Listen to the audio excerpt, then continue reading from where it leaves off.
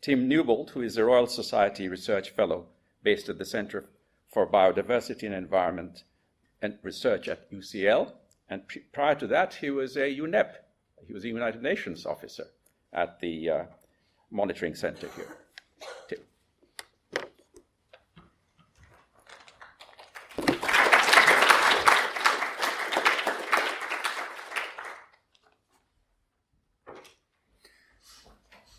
Thank you very much. So Peter set up my talk very well, because I'm going to talk about one stress, habitat loss, and I am going to mention a threshold. But hopefully by the end of the talk I'll convince you that it's still important to understand the effect that habitat loss, human land use is having on biodiversity, and whether or not you view that as being incremental degradation, or whether we try to draw some lines in the sand that human land use is having a big effect on biodiversity, that this might have implications for the resilience of ecosystems and for ecosystem functioning, and the sorts of things that the ecosystem services that humans derive from those systems, and that this is potentially still a major threat going into at least the remainder of this century.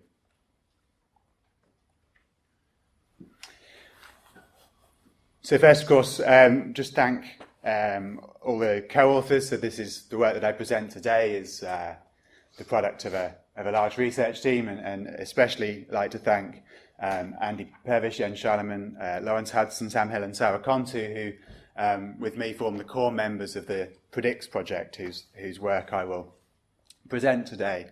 And this has work been funded primarily by the Natural Environment Research Council, or as Partha said, I'm now funded by the Royal Society, but also with contributions from Microsoft Research and UNEP, the UNEP World Conservation Monitoring Centre here in Cambridge.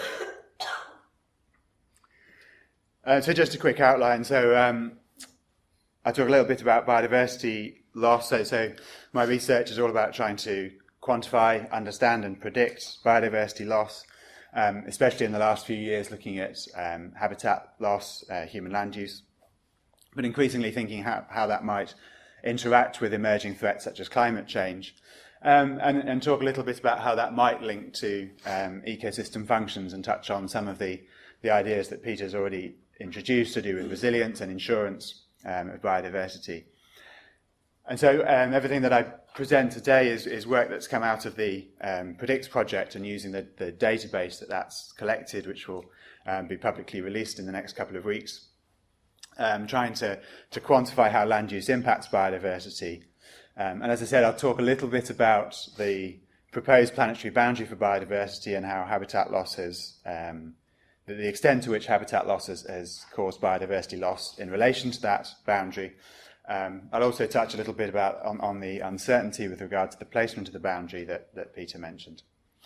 And then finally, at the end of the talk, I'll just touch a little bit about on how different types of species might respond to land use, touching on the ideas about species turnover and what that might mean. So we know that biodiversity is continuing to decline. So this was some work that we did as part of the Global Biodiversity Outlook 4 a couple of years ago, looking at change in various indicators of the pressures on biodiversity, on the state of biodiversity, on the benefits that humans derive from that biodiversity, and on human responses to the loss of biodiversity. And so showing that in almost all cases pressures are increasing and the state of biodiversity continues to decline. We also extrapolated these up to 2020, which is the date set by which we are supposed to have met the latest round of targets for biodiversity. There was very little data on benefits to track. As Peter said, we deal with lousy data on biodiversity, and especially on the benefits that humans derive from that, so we could get very little data on how that's changed through time. But we're putting more and more money into conservation efforts.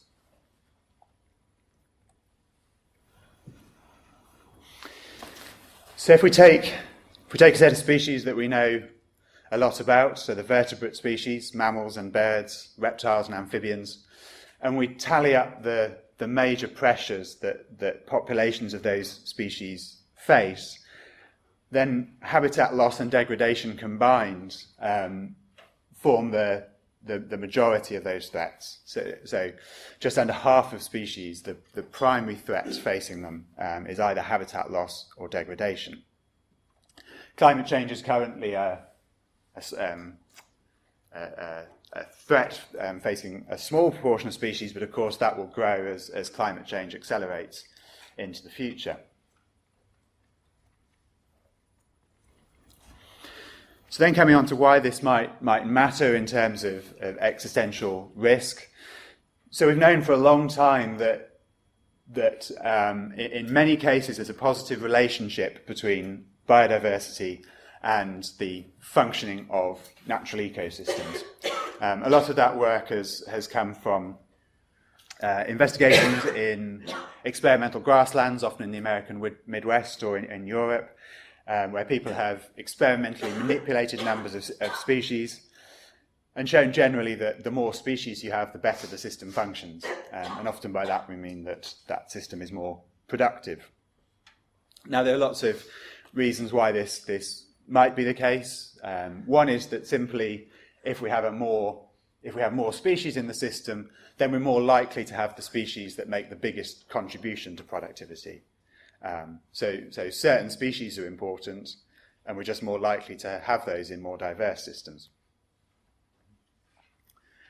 But there's also this issue of insurance. So perhaps if we're just interested in one place or one time or one particular function, then we only need a small number of species. We might not know what they are, but we only need a small number of species.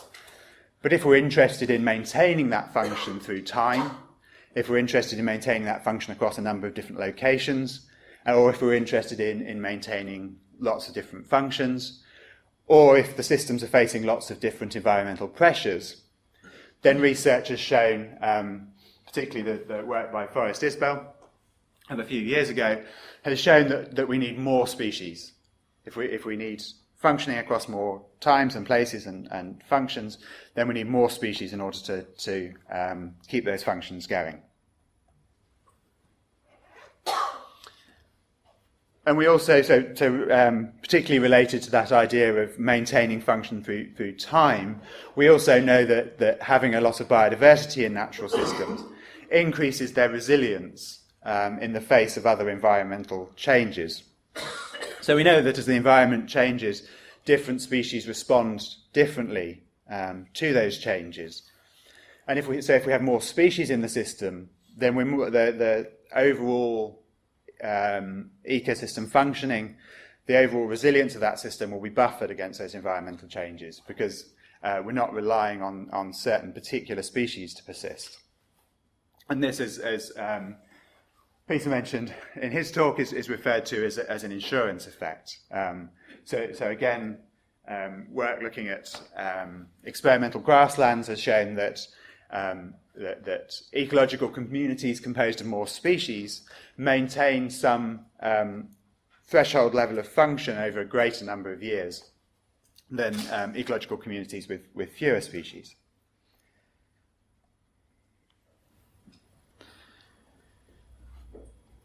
So there's still a lot that an enormous amount that we don't know about the link between biodiversity and the functioning of ecosystems. So as I said, most of our evidence comes from experimental manipulations of ecological communities. Often those experimental manipulations only consider relatively small numbers of species, and they're often just in one type of ecosystem, so in temperate grasslands.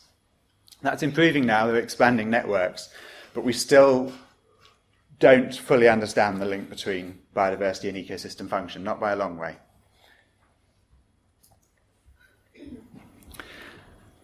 But that hasn't stopped people trying to propose, use that link. So we know that biodiversity is important for maintaining ecosystem function.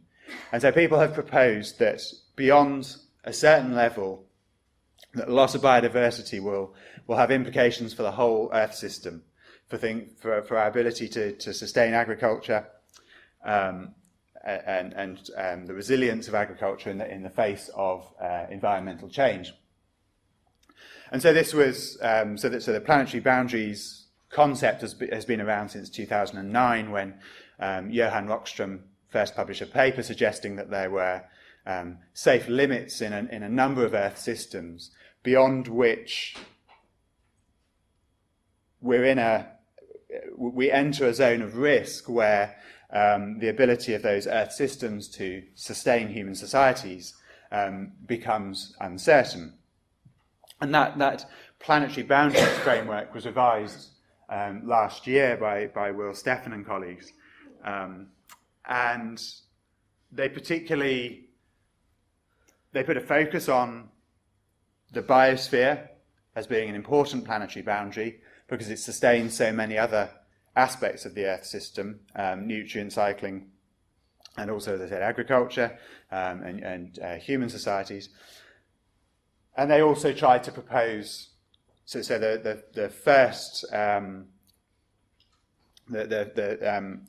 first presentation of the planetary boundaries framework didn't really set a limit on biodiversity loss, but last year when the framework was updated, they tried to put a limit to set a proposed indicator for biodiversity loss and to set a proposed threshold on that. And so what they said when they published this framework was that ideally we would have some measure of functional diversity. So this is a measure of biodiversity that accounts for the types of species and for the characteristics of those species and tries to get a more direct link between biodiversity and ecosystem functioning. But they acknowledge that at the moment we don't have sufficient data in order to quantify biodiversity in that way, especially quantifying it through time. And so they suggested that as an interim measure, just looking at the abundances of all of the organisms within an ecosystem and ask how that relates to what would naturally exist in that system. And suggested that as a precautionary threshold, that if that measure falls below 90%, so if there are fewer than 90% of the organisms found within ecosystems compared with what there would be naturally, that should be considered to be the planetary boundary for biodiversity. But they acknowledge that that's because we still know so little about the link between biodiversity and ecosystem function. They acknowledge that there's a lot of uncertainty over that, and that it could range perhaps as low as 30%. And as I'll say later in the talk, that uncertainty is very important when understanding where biodiversity loss is now.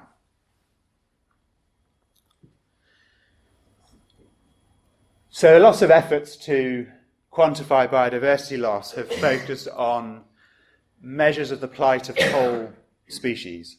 So they've either looked at extinctions of species, or at least the risk of extinction of species, or they've looked at the population sizes of whole species. So, for example, this is what's done by the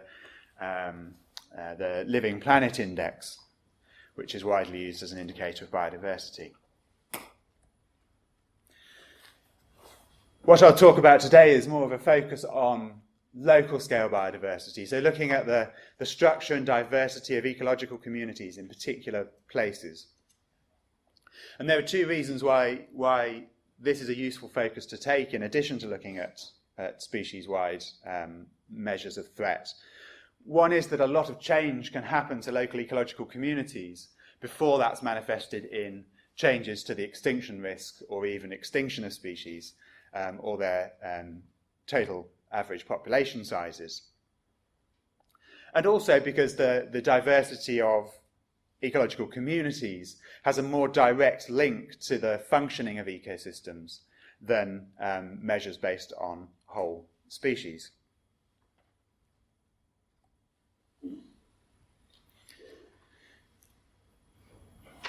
So lots of ecologists, conservation biologists have looked at how land use impacts the diversity of ecological communities.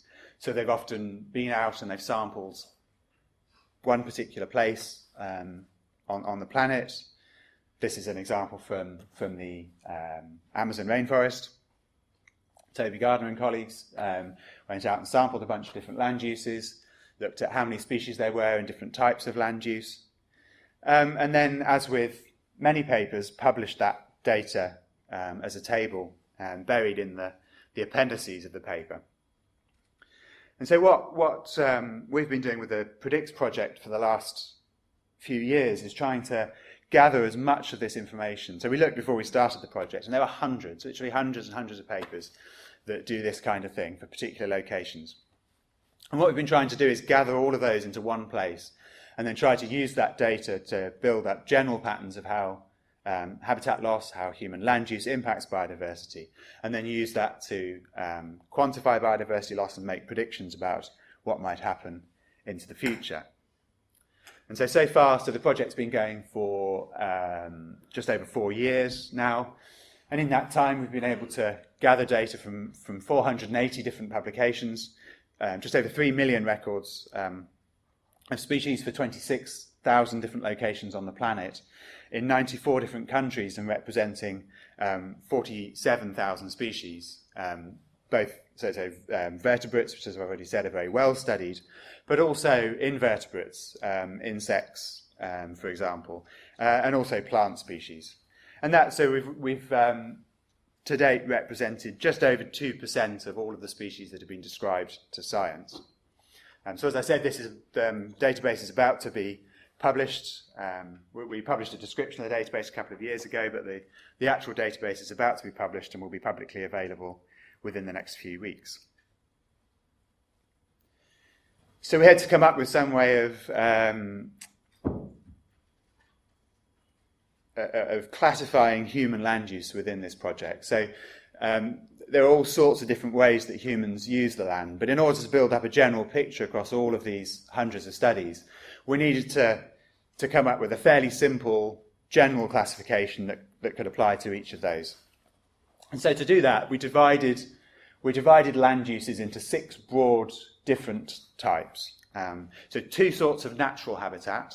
So primary vegetation, which is where there's no record of humans ever having destroyed the habitat. So it's pristine natural habitat. Secondary vegetation, which is where there is some record of past destruction of the habitat, but that any use by humans has ceased, and so the habitat is recovering towards its natural state. And we also distinguish, so we subdivided that category into 3, depending how far along the process of recovery that system had gone. And then 4 broad types of human land use. So plantation forests, so timber plantations, woody agriculture, crops from woody species, and biofuel plantations. Cropland for herbaceous crops, pasture, where the land is grazed by livestock, and urban environments, so everything from parks and villages through to fully urbanized city centres. And because, each of these categories, of course, captures a massive variation in how humans use the land. In order to capture some of that variation, we also divided the land use into 3 levels of according to the intensity with which humans use that land use. And the criteria that we used to make that classification depended on which of those land uses we were looking at. So in natural habitat, there might be a gradient from very remote natural habitat, where there's very little human influence at all, through to places where there's some logging, for example, some hunting of particular species. And then for agricultural land uses, then this gradient represents things like fertilizer inputs, livestock density, and so on. And with urban environments, that gradient of urbanization from rural or suburban areas through to full city centres. So with that, so all of that data, and we've got this coarse classification of human land use, so we could then put that through statistical models to build up a general picture of how human land use impacts the biodiversity of ecological communities. And so one of the simple ways that we could measure that biodiversity was to look at the total numbers of species in each of those sampled locations, and to ask how on average that changes with different human land uses. And so what we found doing this was, not surprisingly, that the human land uses, so agriculture and urban environments, generally had fewer species than more natural habitats. That as the intensity with which humans used that land increased, then we tended to have fewer species. In terms of the recovering, so where habitats being used in the past but is now recovering, what we found was that where it was in an early stage of recovery, it tended to have similar numbers of species to agriculture. But where it's been allowed to recover for a long time, and where the habitat is approaching a more natural state, then it actually recovers at least similar numbers of species to pristine habitat. But as we'll see later, if you look at other measures of biodiversity, you come up with a somewhat different conclusion. So we also applied these models to look at how biodiversity has changed through time. So Partha mentioned at the beginning the various hockey stick curves. So this is a hockey stick curve in reverse for biodiversity. So we applied the statistical models to reconstructions of how land use has changed over the past just over 500 years. And what you see, of course, is an accelerating loss of biodiversity, with particularly rapid loss after the Industrial Revolution. And that, on average, an ecological community on the planet has as of 2005, lost 13.6% of species. And this is a net change. So incoming non-native species can increase that number, but loss of species obviously decreases it. And so the net loss of species from ecological communities has on average been 13.6%. If we look at scenarios about how that might change in future, then we get very divergent predictions.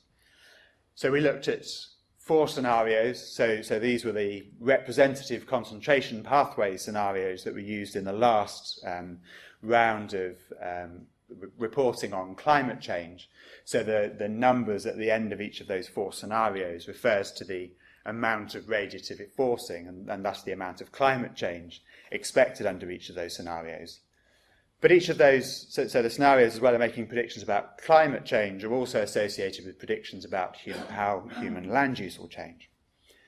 So what we found with those scenarios was that if we carry on with business as usual, then we expect considerable further losses of biodiversity throughout this century, and the most rapid of the 4 scenarios. And this is the pathway that we're currently on, at least in terms of emissions and development of human societies and human population. But also, if we looked at the scenario, at least this particular scenario, with the strongest mitigation of climate change, that was also associated with rapid losses of biodiversity caused by land use. And that's because this scenario assumed that mitigation of climate would be achieved through rapid expansion of biofuel plantations, which we knew from our statistical models were very bad for biodiversity. But the climate mitigation based on carbon markets, which led to preservation of tropical forests, led to a small reversal in past losses of biodiversity.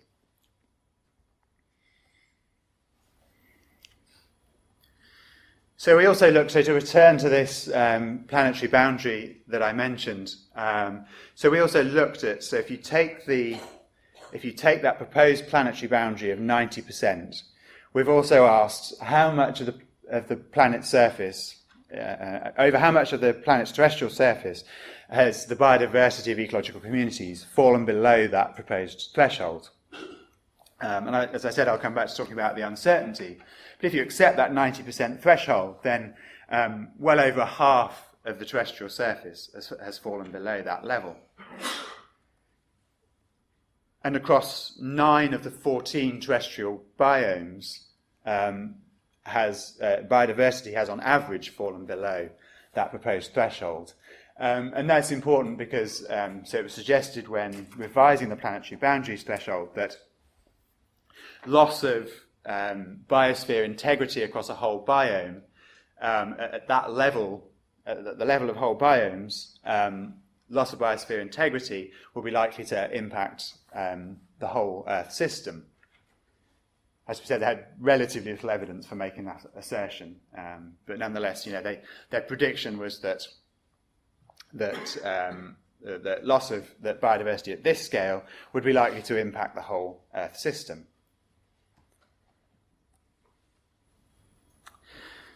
So I mentioned uncertainty. So when the planetary boundary framework was revised last year, so they suggested that uncertainty in that boundary could fall somewhere between 30 and 90% biodiversity intactness. And that completely changes the conclusions of what we found. So nowhere on the planet had fallen below 30% biodiversity intactness, but most of the terrestrial surface is estimated to have fallen below that 90%. So this really highlights the need to understand better the link between biodiversity and ecosystem function. Whether or not you think that setting a threshold is a good idea, and I accept there are lots of reasons why it's not a good idea. But the important thing is that we need to understand that link, because we still don't know when we might hit real problems in terms of ecosystem functioning or resilience of ecosystem functioning.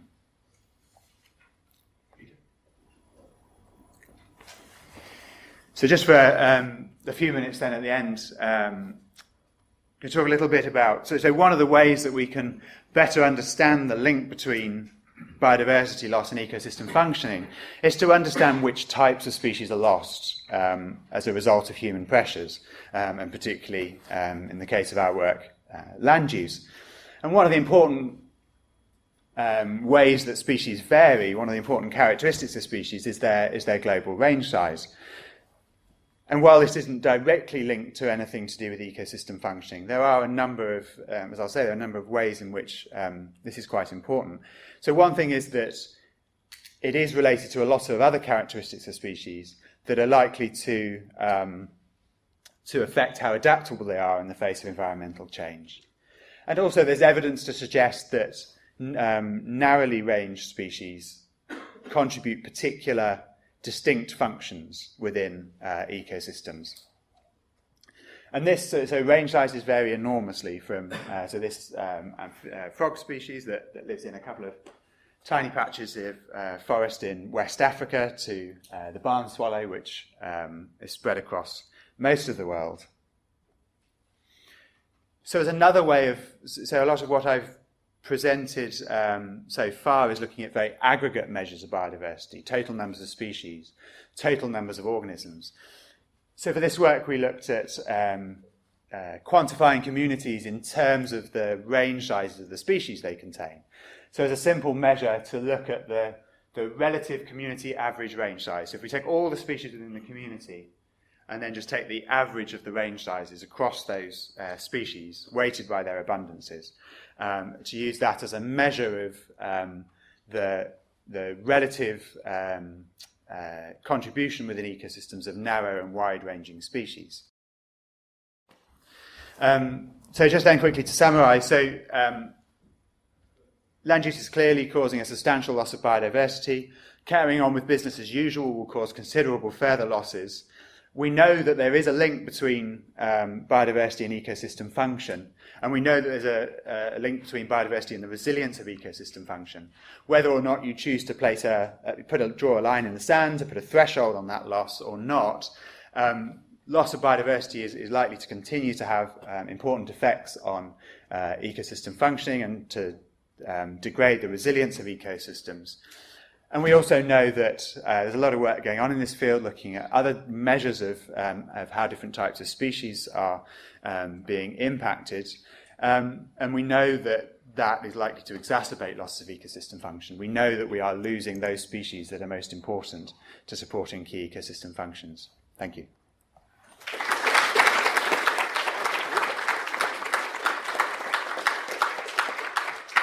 Well, thank you very much. That was terrific. We'll take some questions for about 10 minutes and have a briefer coffee break. Right there, sir.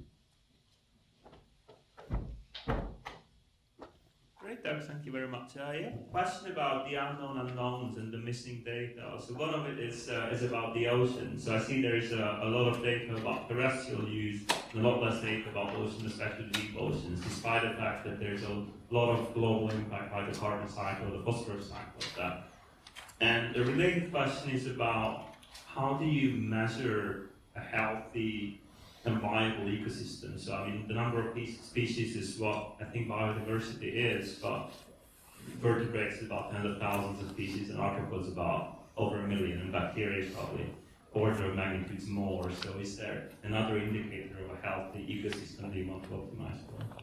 So I didn't mention it today, but we tried to be as representative as possible, at least of terrestrial systems. So we didn't have overwhelmingly data for vertebrates. We did try and get data for invertebrates. Of course, all of that said, there was a lot we couldn't get. There's very little data, for example, on soil microorganisms, which are likely to be the things that contribute most to ecosystem functioning.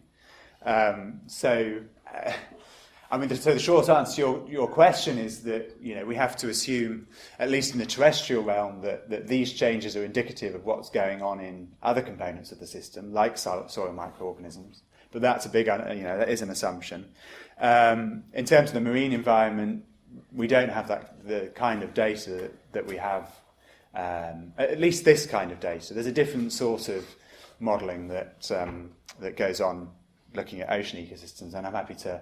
I don't know very much about it. I'm a terrestrial ecologist, but I'm happy to talk about that more over coffee. Any other? Yes. Hey there, thank you so much for the talk. I had a question about what could be done about it. So I know in the climate change sphere, there's discussion about sort of limiting further damage, but also like patchwork approach like geoengineering, trying to more meddling, as it were, with biospace, trying to reverse what we've done already. Is there a similar possibility of like liberally meddling with biodiversity, so liberally trying to introduce species or generally permit things to improve resilience directly rather than merely, wrong word to use, limiting further degradation of resilience? So it's a bit. It depends which pressures on biodiversity you're looking at. So there's a lot of talk about assisted colonisation with climate change. But if the habitat doesn't exist where the species need to move to, then they won't be able to persist there. So with habitat loss, the only way really that we can address that is by creating the habitat. It depends which measures of biodiversity, but whatever we've looked at, there are fewer species in agricultural environments. Now that might not be a problem. Those agricultural environments might contain the species that we need for delivering ecosystem functions, but we don't know that. And there's still this big unknown about whether those systems, so they might function fine now, but whether they'll be resilient into the future. And again, particularly when we think about climate change, we know that that's going to bring about massive changes to species. Some will be lost. And if we lose those species on which we depend for key ecosystem functions, then we might depend on other species to step in and provide those functions. And if we've degraded the natural habitat, then they won't be there. And the only way that we can reverse the losses caused by land use is to reverse the land use. So to restore natural habitat. And there's a lot of that going on in Europe. But globally, we're still losing a lot of natural habitat. Yes, sir. Do you think there are any consequences of this work for calculations of natural capital, for example? Yeah, potentially, I think yes. And we've talked a bit with people about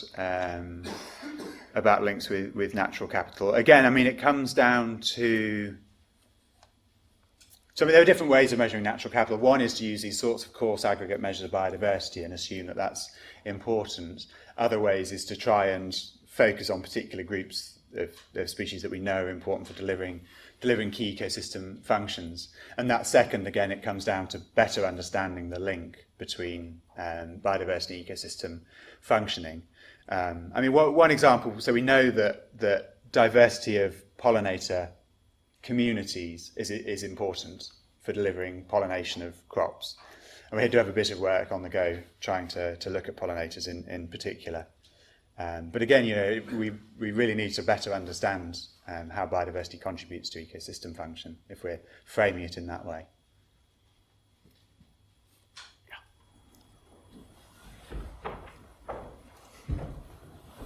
I'll take one more after this, okay? I think I need a little bit of help trying to understand what the sort of planetary level sort of connection between biodiversity and ecosystem functions even supposed to look like, for the following reason. I take it that it would be really surprising if it turned out there was one relationship between biodiversity and ecosystem functioning, right? Ecosystems are extraordinarily heterogeneous. You've already mentioned a whole bunch of things about pollinators and with your, having your range sizes, but these big differences to the relationship between biodiversity and ecosystem functioning at a local level. If that's right, and presuming that ecosystem functioning at the global level is just some kind of aggregate of what's going on at all the local levels, then having some kind of planetary threshold, I'm not sure what empirical meaning that has, right? Because all the local things have got completely different relationships. And so the aggregate seems, at best, a kind of very coarse thing, even if you can kind of tip at average in some way. Yes, I mean that's absolutely right. At best, it's a very coarse thing, and it definitely will vary depending on what ecosystem we're talking about and so on. So yes, I mean I'd agree entirely. As I said, there's a huge amount of uncertainty underlying that relationship. It was just an effort to say, well, if we look at that very coarse aggregate average level, where should that line be drawn? With a massive amount of uncertainty. There was a question from there, yes. I'll take that last one before we break for coffee. We can come back to Tim's paper later on.